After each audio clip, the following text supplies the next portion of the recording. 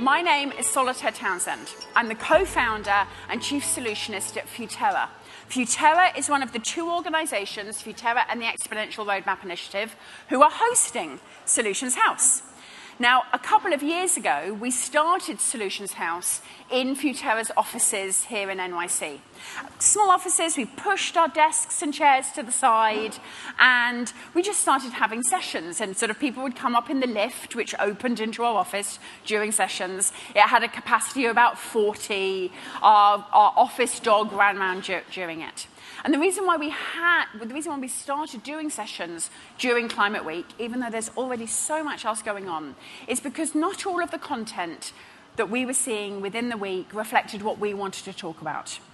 We wanted answers only, we wanted solutions, we wanted new ideas, we wanted things which weren't already being discussed elsewhere. And this session today is one of the sessions which I absolutely believe belongs at Solutions House, because it is actually a topic, an area that Futerra ourselves have worked on for many, many years.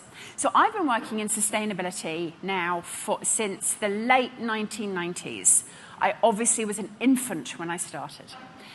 And one of the things which, of course, having worked in it now for almost 30 years, it means I know the order in which things happened. I was working for British Telecom, BT, British Telecom, which at the time, going back to the 90s, was mainly a fixed line telephone company, which provided the telecommunications infrastructure for most of the UK and actually for a lot of the rest of the world.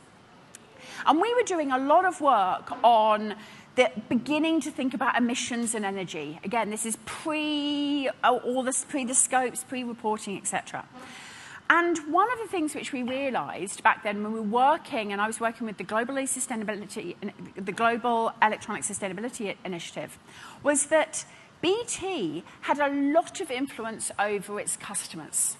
It had a lot of influence over the people who used its services, over the corporates that it worked with. It had a lot of routes to be able to offer them ways to do things better and differently. And this concept of avoided emissions began to emerge, that actually, as well as BT working on the footprint of the company and the emissions, and this is whilst all the scopes are still being developed, as a company that had a huge influence within the UK, we could use that influence to help other people change their emissions and be able to take action. And by the way, that concept of avoided emissions, that concept of enabling change in others, predates net zero. The concept of avoided emissions, the concepts of using your influence as a business to be able to create change within society and use your entrepreneurial ability to affect others' emissions predates scopes 1, 2, and 3. This is not a new idea. Although, I'm going to show you some new parts of it. This has always, in fact, it predates a lot of the current thinking. This has always been part of it. And that's because the people who work in business, those of you who work in business, know that business is not an island. No company is an island. No company is able to affect change within its organization completely separate from the societies within it reach. I'm going to tell you a little secret. A lot of companies are really concerned about whether they're going to be able to reach their net zero targets by 2030. They're really concerned about whether they're going to be able to actually hit those targets. They're putting a lot of money, a lot of effort, a lot of stress into being able to hit those exact numbers, those 90% or those 50% reductions. And when I go in and sit with boards, there's a great deal of anxiety about that. And when I ask them, you know, how, like going, we're not sure, everybody else seems to be doing it, why can't we? What are our challenges? Like, everybody else is not doing it. It's really challenging for everybody. And some of them go, I'm not even sure it's possible. And I ask them, okay, I can see this. You've got giant supply chains, you've got huge energy footprints, technology is changing at the moment. But if the majority of your operations were hosted within countries and within grids which were 100% renewable, would you be able to hit your targets? If like your operations and your supply chain were within nations where electricity was primarily electric, would you still be able to do so? No, oh yeah, we'd be able to hit it then. If you were working within a situation where the majority of transportation, or even 50% of transportation, was electrified, would you be able to make it then? It's like, oh yeah, we can make it then. This is the core idea at the heart of spheres of influence. It's that net zero is a team sport. Net zero is not something we either can or should attempt to reach on our own. The idea of a net zero company within a society that is not net zero is faintly ridiculous, because what's the point? What is the point of having a few net zero companies around, a few companies that are able to tick that box, if societally we are not reaching our targets? In fact, I've often thought that the front cover of every environment report, the number one data point that every company should share, the most important data point for every company in the world, should be parts per million of carbon dioxide in the atmosphere. Like, that is the actual report, that's the actual number that is relevant to all of us. And so that's why we began working on spheres of influence, is understanding that this is a matrix, a network, a web of organizations, society, government, policymakers, consumers, publics, finance, companies, all working together to reach net zero together. And that these spheres of influence need to be recognized, need to be categorized, need to have framework around them, just as we've done so around the scopes. And so I'm very excited today for the first part of what we're sharing, which is going to come up on the screen right now. Oh, no, it's the first part of what we're sharing today. We're about to have a debate with some amazing people in a second. But right now, I'm sharing the Spheres of Influence white paper. Yes, get your phones out. You are the first people to get access to this. No one has had this before. This Spheres of Influence white paper is where Futerra and Oxford Net Zero have spent a year, since we were here last at Solutions House last year, working out how we might provide a framework for spheres of influence, a framework for how companies can use their influence within society, within their partnerships, with policymakers, with finance. And this paper is a very dense, very detailed work. It doesn't even have an executive summary, this paper doesn't, because we were like, yeah, we can't synthesize it down to an executive summary yet. We actually need people to look at the detail. And it's a consultation document. This is not definitive. This is not final. This is a consultation document for you to feed back on, reminding ourselves that the entirety, the completeness of how a company intersects with climate and with carbon is both the scope inventory. This is not scopes versus spheres. This is spheres and scopes are required for a complete view.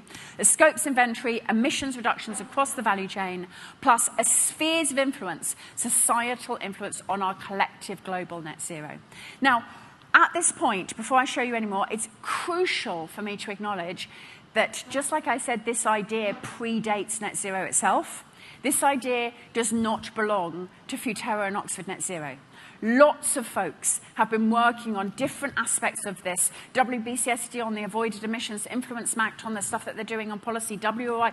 So many organizations have been doing deep work on this, and all of that is reflected in the spheres of influence. Wherever there was great work that's already happening within one of the spheres, we have literally just said, those guys have got it, we don't need to be here. What we're trying to do with the spheres of influence is put a structure around all of that work, a structure that is complete and expansive enough that it could actually match alongside the scopes.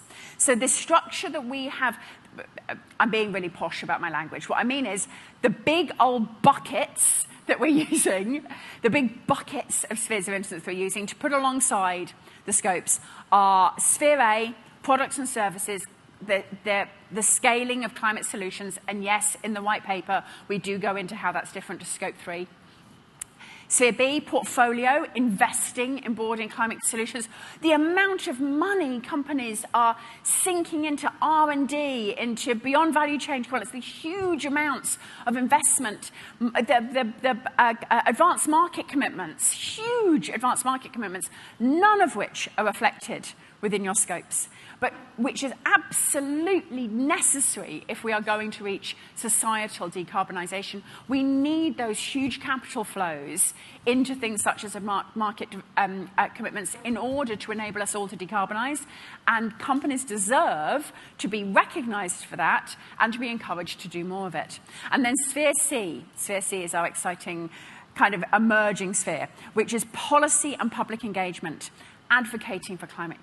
Because when I said that companies are not islands in themselves, they really aren't. They have a huge amount of voice and influence and ability to engage. They are widely trusted by consumers to support and advance. In fact, over 80% of consumers want brands to help them live more sustainably. And they have the ear of government and decision makers. So that's not readable. Don't worry. It's not supposed to be, but it's to show you that now under each of those three spheres, there is a whole set of detailed, what we're calling subspheres, very innovatively, a whole set of subspheres where we're setting out what their field is, what the field of play is for what we're proposing. We're really open for comments on this. We're really open for people spotting gaps. We're really open for people building. We're really open for people to tell us about projects and research and initiatives under these scopes that we don't know about.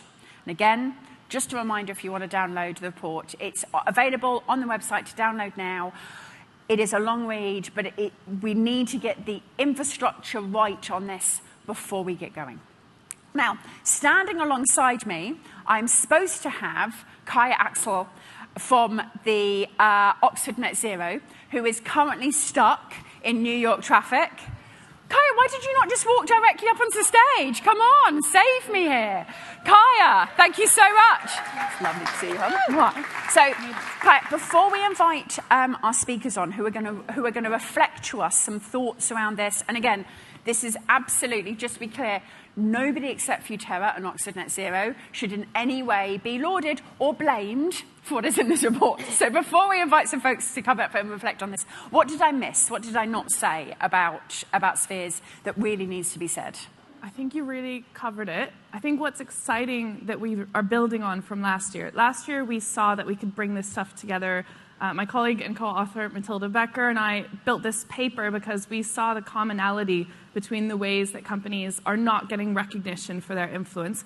This year, with the white paper, we actually looked at what companies are doing in detail. And I think that you saw on screen just how much work is already going into impact that companies don't get rewarded for. So yeah, I think we're here to laud some of the companies that are doing really amazing impact, and I guess we'll get into it on the panel. And it's been such a fantastic partnership with Oxford Net Zero, because the academic rigour and that objectivity on spheres of influence has absolutely come from Oxford. And Futerra has tried to bring that practitioner view and going, actually, how would this work in practice? Would we be able to actually implement this? And what have we seen from our clients that could feed into that work? So it's actually been really, really brilliant. They've kept us quite rigorous, and we've kept them quite practical. So it's been brilliant. So we are really lucky to have some incredible companies who, as I said, have been working on this kind of thinking for years before we even begun to put it together within spheres. Some of them have used the spheres principles. Some of them are really interested in how this might develop. So I'd love to invite up onto the stage, if we could come up, can we have Junko Ohtani, Senior Vice President of Cow Corporation, Kerry Constable, Director of Decarbonisation Strategy of Amazon, Hannah Hislop, Head of Sustainability and Climate Unilever. Oh, and I was about to read, and Solitaire Townsend. No, that's me. So thank you so much for coming up and joining. Do we have enough chairs? And, oh, God. I forgot. And Caroline Reid, Senior Sustainability Director at Oatly. So thank you so much, folks. Yep.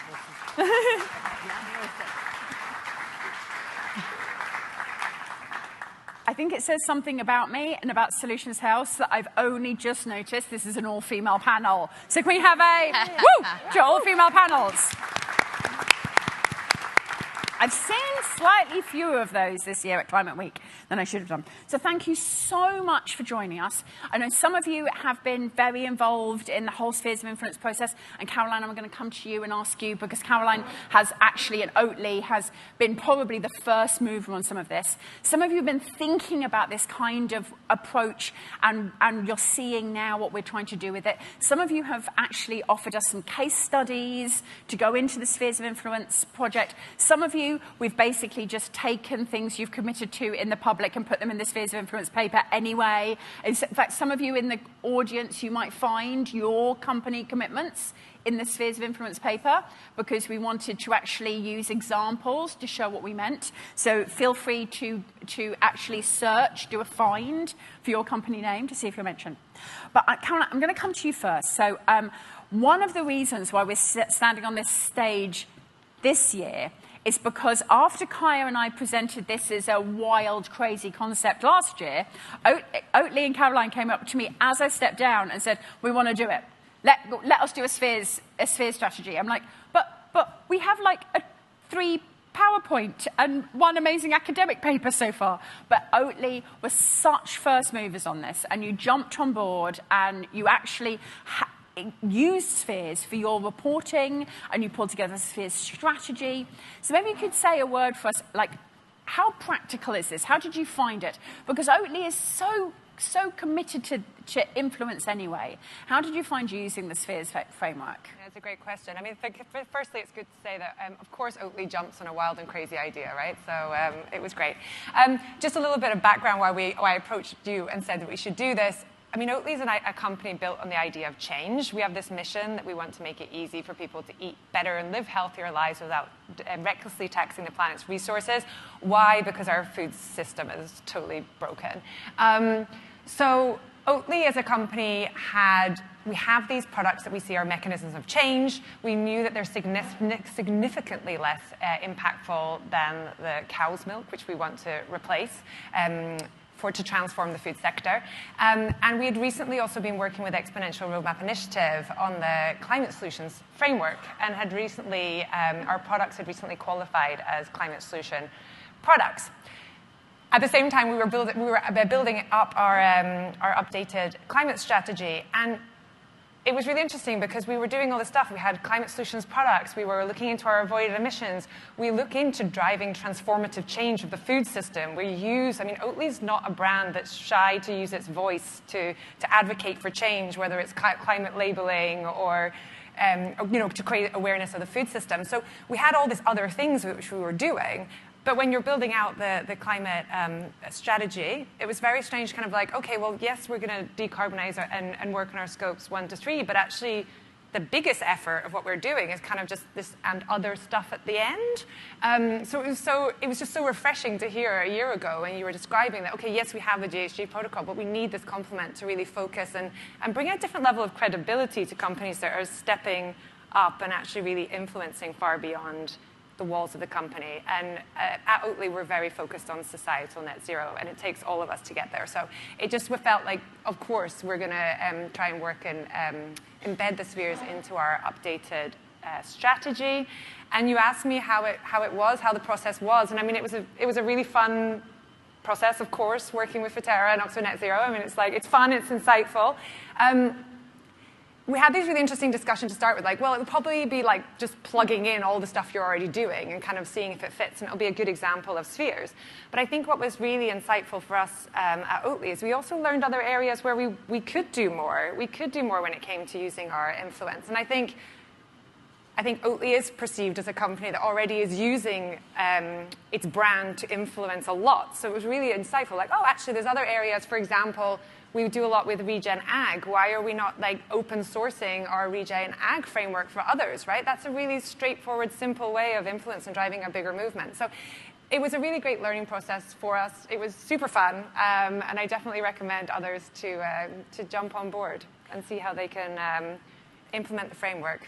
Thank you so much, Caroline. And it was such a pleasure for us to see the spheres inside Oatly's reporting.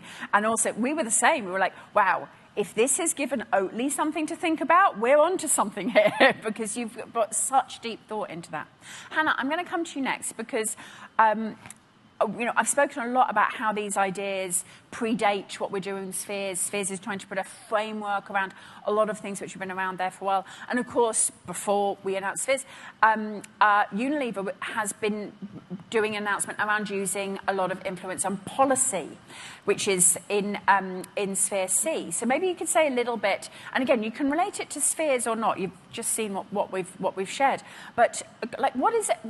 What was the process, that the decision making inside Unilever to decide that actually influencing policy was how you were going to help reach your own goals? Sure, absolutely. So we actually had something in Unilever that at the time we called the onion model. And it was a kind of layers of the onion where in the center, the bulb was our own operations and our efforts to decarbonize them. And then our value chain, and then how we kind of leveraged our brands. And then the final layer was around influencing society. And we've had, a variety of very outspoken CEOs who have, really led on that last layer of the onion, or the sphere C on policy advocacy. So I think it's really long been part of Unilever's DNA.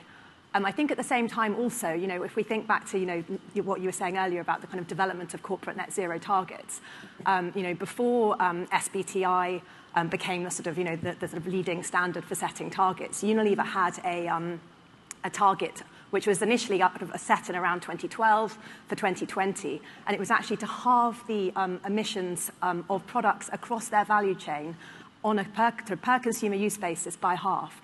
And that target sort of incorporated the entire product lifespan, so including the consumer use of a product.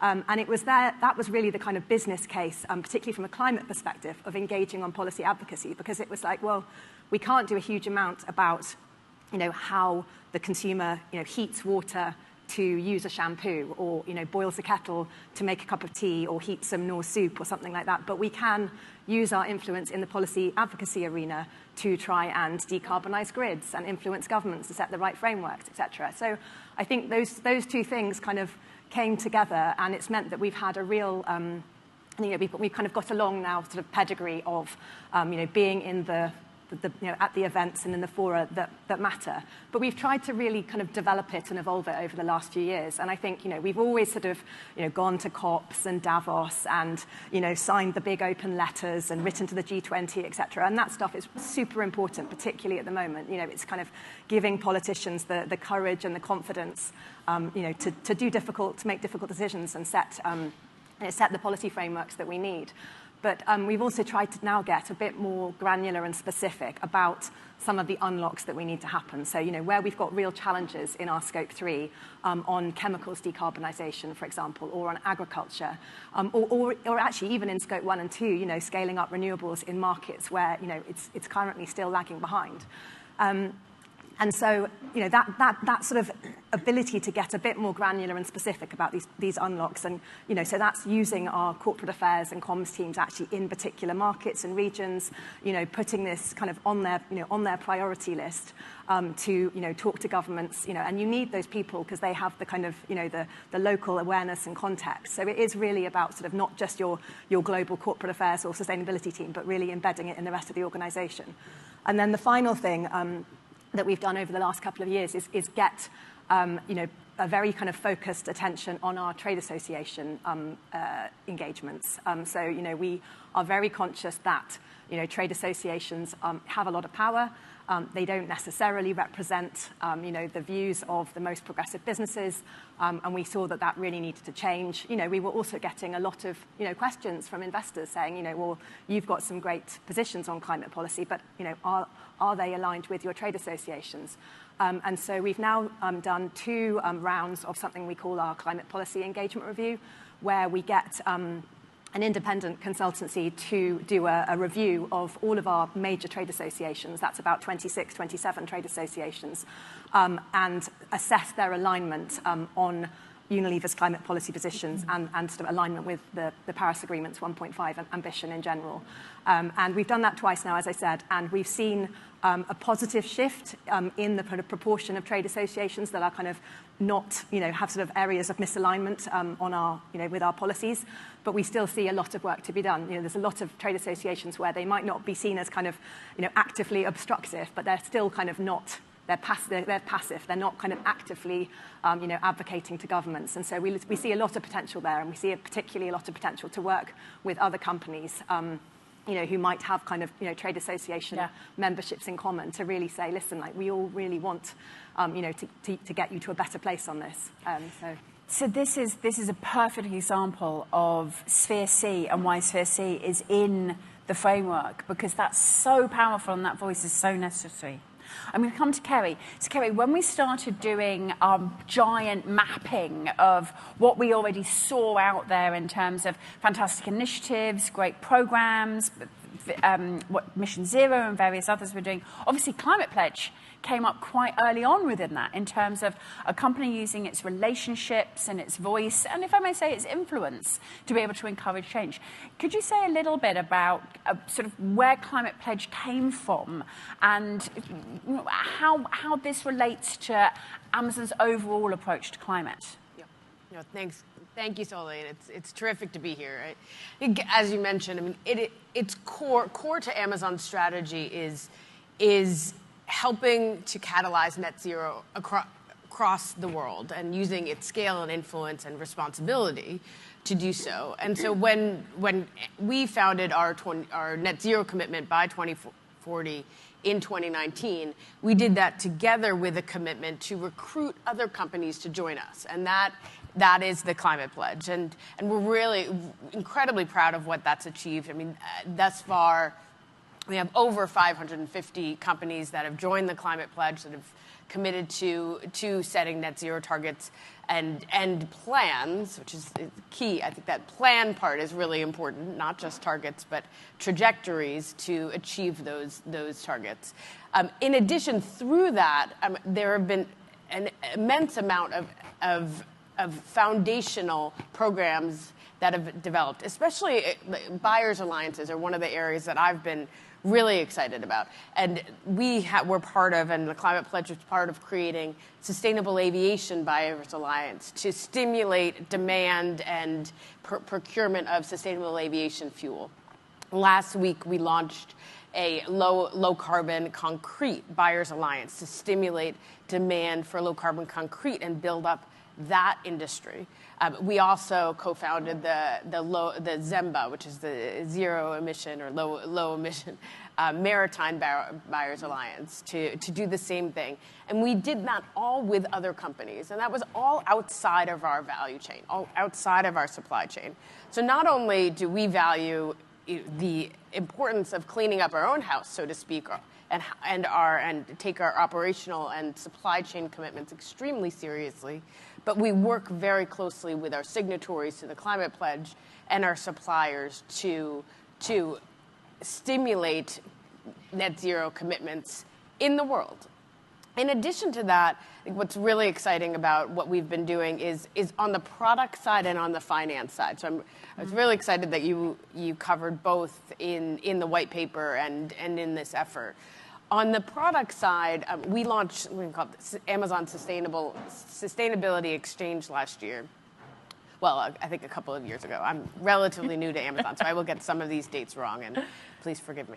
But it's incredibly exciting because what we're very committed to do is outsourcing as much of what we've learned internally on renewable energy procurement, signing PPAs, procuring in-value chain credits, also known as insets, and putting that knowledge on the Amazon Sustainability Exchange. And we just last week launched our inset playbook to do that. And it's, we believe that that's part of our role as a company with a significant footprint in the world to really, as we learn, we all need to make make that knowledge outsource that knowledge. We can't keep it behind paywalls, and so this is a sustainability exchange. I mean, on an ongoing basis, we want to put as much data as we can find out there, as many playbooks as we learn about.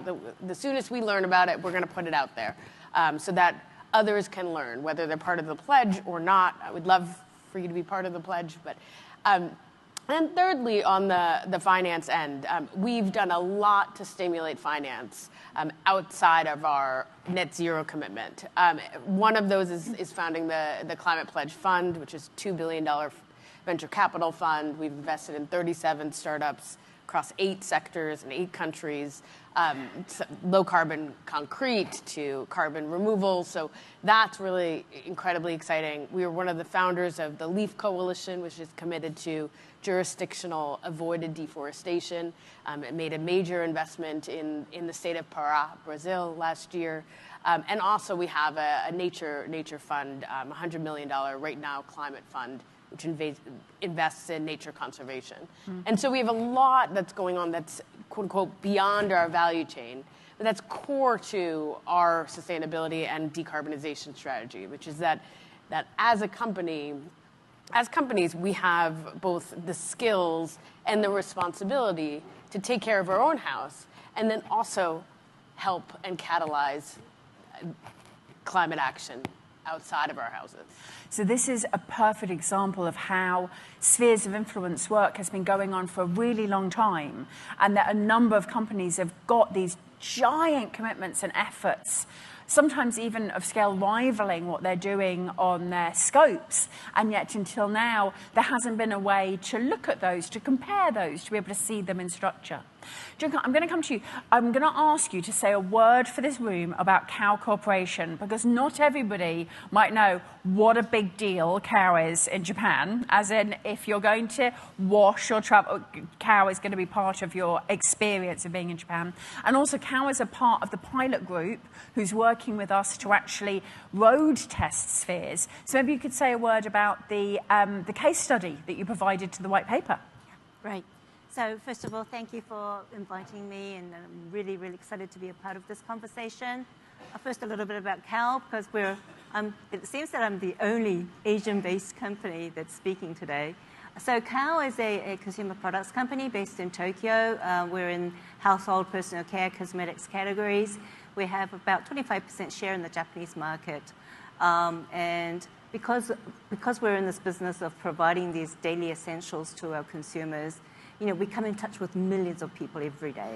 And we believe that we have the responsibility and the opportunity to make sure that we're shaping their lifestyles in a way that's sustainable and improving their quality of life every day.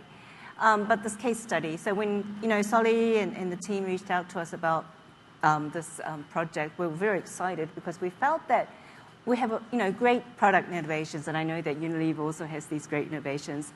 But that's one thing. But how is that really impacting the society as a whole? And there is a bigger story behind what we actually do to make that systematic change across society through our products and services. And this will be a great sort of structure and platform for us to be able to talk about it, and of course take credit for it, which is good for the business, but also to accelerate that systematic change by bringing more people and making that collective action. And one example that I like to make is about our laundry detergent brand, Attack.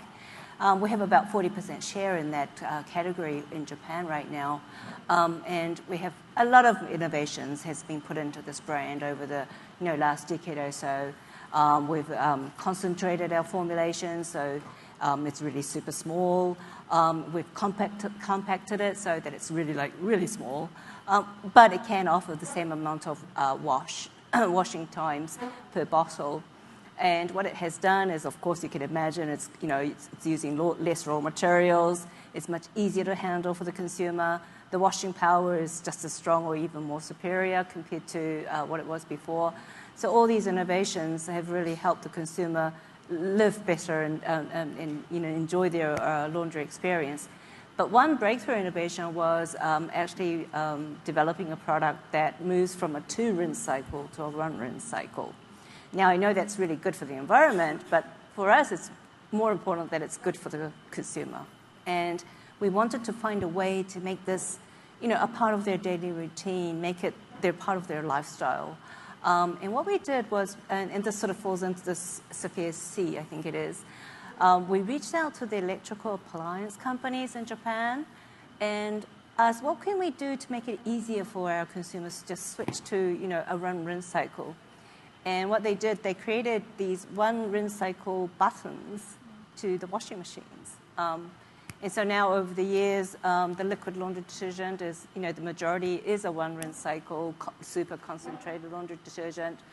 Most of the washing machines, based on our research that we did in R&D, 70%, I would say, would have these one rinse cycle buttons. And so, the message to you is that I think product innovation is one thing, and it's a great start, and we need it. But to make that systematic change, where the lifestyles of consumers are really more sustainable and enjoyable, you've got to bring in more, people, stakeholders, and that's where, with that systematic change comes along, and it's good for the business and for the environment. So what I love about that example, Junko, is you had a breakthrough innovation in laundry detergent, and you were like, this is great, but it is not going to work unless the entirety of the manufacturers of washing machines come on board with us. So let's go out and actually engage with them about changing how washing machines are made in order to be able to have that. And this is what we mean about net zero being a team sport. If we actually want to bring about these scale changes, coming together in that way of going, we've got this, if you did that, then we'll be able to make that change, is something which is absolutely needed and is not currently recognised or referenced in how the scopes approach is done. So we need these spheres alongside to say, this kind of effort, which I'm sure was not easy. I'm sure you didn't turn up and say, could you change your washing machines? They all went, absolutely, we'll do it tomorrow, thank you so much. But that kind of effort, negotiation, partnerships, incentives needs to be recognised somewhere. Okay, I'm going to come to you and I'm going to ask you some hard questions, because in the spheres of influence, we go into a lot of things that spheres isn't, as well as what it is. And I'm going to ask you a couple of those just whilst we're on this panel. So one of the worries we had about spheres, and a lot of people put their hands up and said, is it going to be possible if we're a big oil and gas company and we decide to do a lot on our spheres, can we just net that off against our scopes so it means that we don't have any scopes anymore? Are these two separate things? Are they nettable? What would be your approach? Oh no. Solly has just revealed one of the reasons that I think we within our team feel it's really important to put this forward together, because I think we have a chance to do it with high integrity. I talk to a lot of business people, a lot of nice, competitive business people, and the first thing they will say to you is, well, okay, so we've got some liquefied natural gas in a coal region. That's going to reduce emissions in terms of avoided emissions by this amount. So now can we say we're a net zero natural gas company because we've offset our scope 1, 2, and 3? Or people will they just really want to be seen as leaders. I think right now the scrutiny is coming from the right and the left. And so there's this opportunity, I think, with spheres to recognize leadership that wasn't there before, but not at the expense of leadership that is ongoing. Basically, I love the way Martha Stevenson puts it from the WWF. She says, you don't get graded on your extra credit before you get graded on your homework. Yeah. And so we have to clean the house, our own house, right? As Junko would say. But we also have to think about people and putting people at the heart of our strategies. Mm-hmm. And I think, that's what all of you do when you think about your products. And what we want to do when we think about our product, which is the product of standards, is how to inspire people to do climate action. And I think when you just talk about greenhouse gas accounting, you inspire like a fraction of people who like accounting. But you had this opportunity to say, yes, that is good. And if that's not what you work on, if you believe in the power of your products, if you believe in the power of your portfolio, the power of policy change or public engagement, you have a role to play in the corporate climate movement as well. And so that we never say anything as instead or alternative metrics. We're not trying to use spheres as a hand-waving exercise to detract from the hard work of cleaning house on emissions reductions. But we are opening up the menu of opportunities for people to get involved. And it really excites me because I think it's really courageous what has been exhibited on this panel, the type of work that is systemic and not always rewarded. One second question, which is we've worked so hard on this paper all over the summer. We've got some structure, we've got examples, we've got spheres. Is this just going to sit on a shelf? Is this just something that people can play with? Or do you think this is something that might be adoptable? You know much better than I around everything that's going on with SBTI and ISO and others. Do you think this is something which might over time be adoptable into the official definitions of how we approach net zero? Yeah, so I work a lot on corporate standards, and corporate standards know that they're in a tough place at the moment. Like, we have a difficult political window to update standards in response to, this is only the second round. Like, our net zero standards only came out a few years ago. And then there's had to be a lot of listening to businesses about where their limitations are and where their opportunities are. And what I'm seeing, without sort of revealing too much or violating my confidentiality agreements with those processes, is that the folks working on standards have heard the people who are doing work that relates to the spheres. And there's an understanding of the real deep need to recognize and reward that work, but also to provide comparable metrics and governance so that companies can do that work together. I like to give the example of teams going into their trade associations, right? Hannah gave us that example.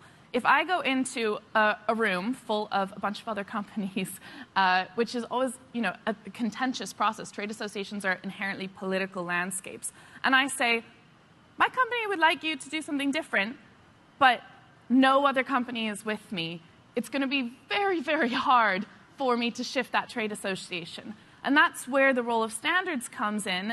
We actually could say, you all need to work on shifting the way that you align your policy engagement with climate action. You all need to point towards this. It's a journey. We're not all going to shift trade associations at once. We're not all going to be able to do everything on policy engagement, but you've got this, I've got this, and we're together. That gives me a lot more courage if I'm someone working inside a company to know not only am I with another group of ambitious actors who's doing this, but it's actually required if we want to meet the standards as to the targets we've set out. So, yeah, collective action through standardization. So the spheres process and getting quite deep into it is something which hopefully will inform where some of the standard setters are thinking at the moment. I'm going to take the fact that I set up Solutions House. So I'm going to take, just to let the team know, I'm going to take 3 more minutes of my time. It's my house, my rules. And I'm just going to run along the line because there's been such a conversation here at Climate Week about business case, about incentives, about what's in it for companies. And I'm going to ask, because all of you, all 4 of you as companies, were working on these beyond value chain, working on these beyond scope activities far before Futerra and Oxford turned up with the spheres concept.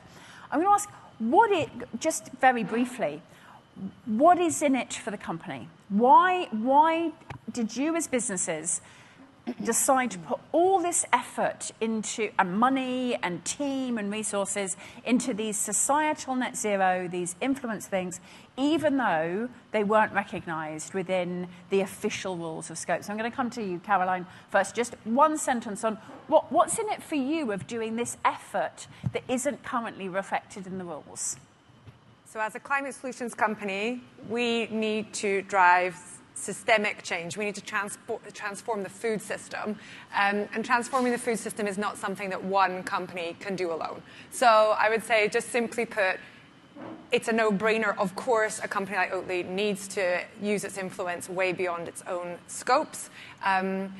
And what's in it for us is that together we transform the food system to one that's nutritious, delicious, operates within the planetary boundaries, and we all together get to societal net zero. Brilliant. Thank you. Hannah, what's in it to Unilever to putting all this effort and lobbying effort and time engaging with policymakers on trying to affect societal net zero?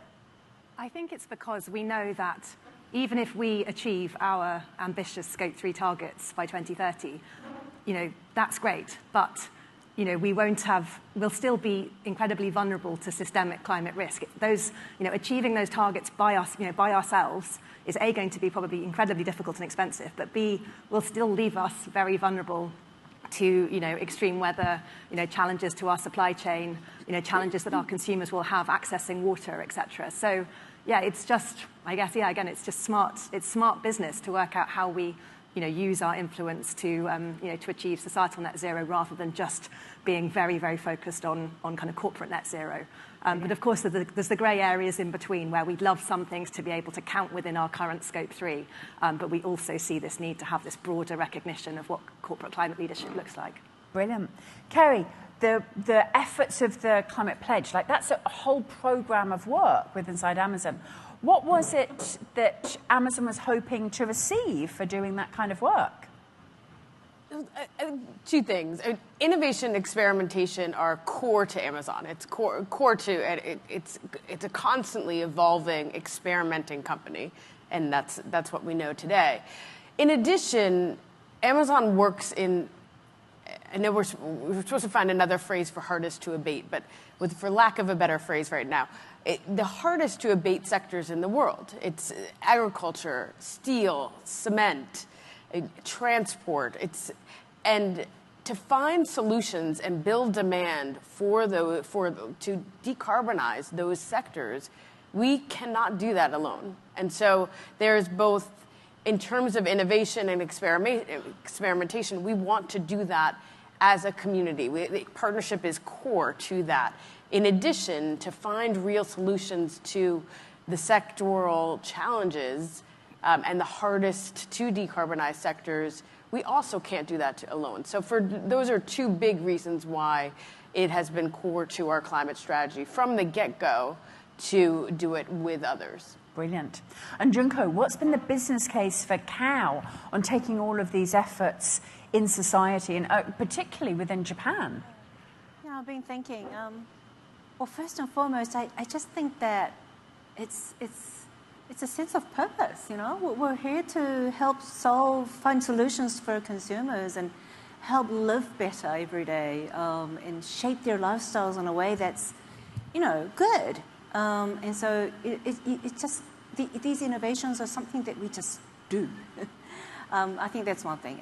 And secondly, I think it is a good business.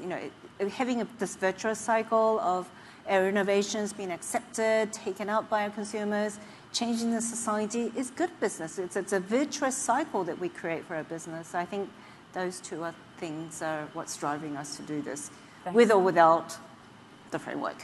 Exactly. And I've got a slightly different question for you, Kaya, which is, last year we sat on here and we put up a couple of slides about a crazy idea. This year we're launching a very detailed report on that crazy idea. What do you hope we're going to be saying when we sit on this stage next year? 100 companies have Spheres strategies. They are introducing new ways of being both courageous and competitive as a result of those strategies. And they're really putting people and innovation and a sense of purpose at the heart of their work as a result of that. So they are improving their business because of this framework. I think that just the last thing I would say on that is when I interview companies in this really tough time that they're in for sustainability, I've noticed that there's some levers that don't really matter as much anymore. There's less public pressure to act on climate. But one lever that continues to shine through is employee satisfaction and employee sense of purpose. So yeah, as Junko said, I think 100 companies adopting Spheres, but the higher level outcome is millions of inspired employees innovating, engaging, working with the public, and thinking about how we can put business as its best, which is to solve society's problems, not just to make a profit. Thank you so much. So I would like to say that the pilot group of companies that are working alongside us include Oatly, include Unilever, include Junko and Cow, and also a number of other companies. We are open to other companies coming and joining us in this pilot group phase whilst we develop up the ideas. I also want to ask Alice to put her phone down and stand up. So Alice Rochnaud is one of the core authors of the white paper. So if you have actual sticky questions about what is in the Spheres of Influence white paper, please don't ask me. Please ask Alice, because she was a core author and the lead author in actually making that happen. So thanks so much to Alice. Thank you so much to everyone for joining us for what has been a fascinating debate, loads of great examples, and a wonderful launch of our white paper. And thank you so much to Oxford Net Zero for having this incredible vision to come and partner with Futerra and to make this white paper happen. So thank you so very much.